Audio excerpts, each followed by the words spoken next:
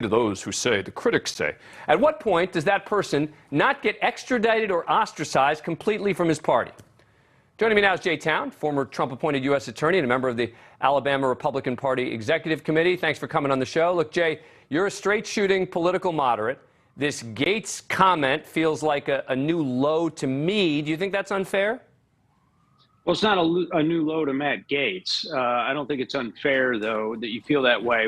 Look, Dan, we have to return to common ground being admired political real estate in our American democracy, or else the canyons that divide us will never be bridged over. And there's folks who have no interest in that. That, like you say, there's advantages, whether they be fundraising or power or whatever it might be, for Matt Gaetz to make those types of comments or the other comments that you showed in fairness. And frankly, that's not where we need to stop rewarding incivility in our political discourse. Yeah, and my concern is that they get attention, right? I'm giving it attention. I had to think twice about doing this segment, right? I'm amplifying these comments that Matt Gaetz are making, and therefore I'm giving him exactly what he wants, right? Which is attention. And there will be some people watching this who say, oh, Dan, why are you picking on Matt Gaetz, et cetera? The bottom line is that it is the worst example that I have seen about how ugly politics have gotten because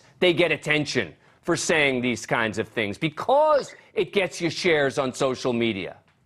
Incivility begets incivility. But the reason why you're doing this segment, Dan, I believe, and this is one of the reasons why you've been so successful, is there is a market for civil discourse.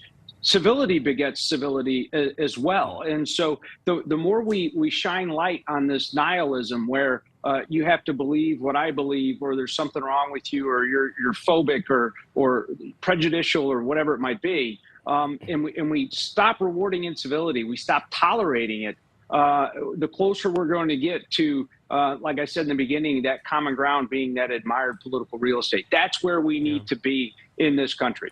I agree. Look, I just did two segments, one with an attorney where people would probably say that I seemed right-leaning, another segment where I probably seemed left-leaning, challenging both attorneys on cases where they're representing clients where I have questions about it. But we had civil conversations, and that's the most important thing. That's how you have debate. That's how you get solutions. You don't just have these tribal chasms we have right now. All right, Jay, thanks for taking the time. Appreciate it. That does it for us tonight. Dan. Thank you for watching. Go to NewsNationNow.com to find NewsNation on your cable provider. And don't forget to click the red subscribe button below to get more of NewsNation's fact-driven, unbiased coverage.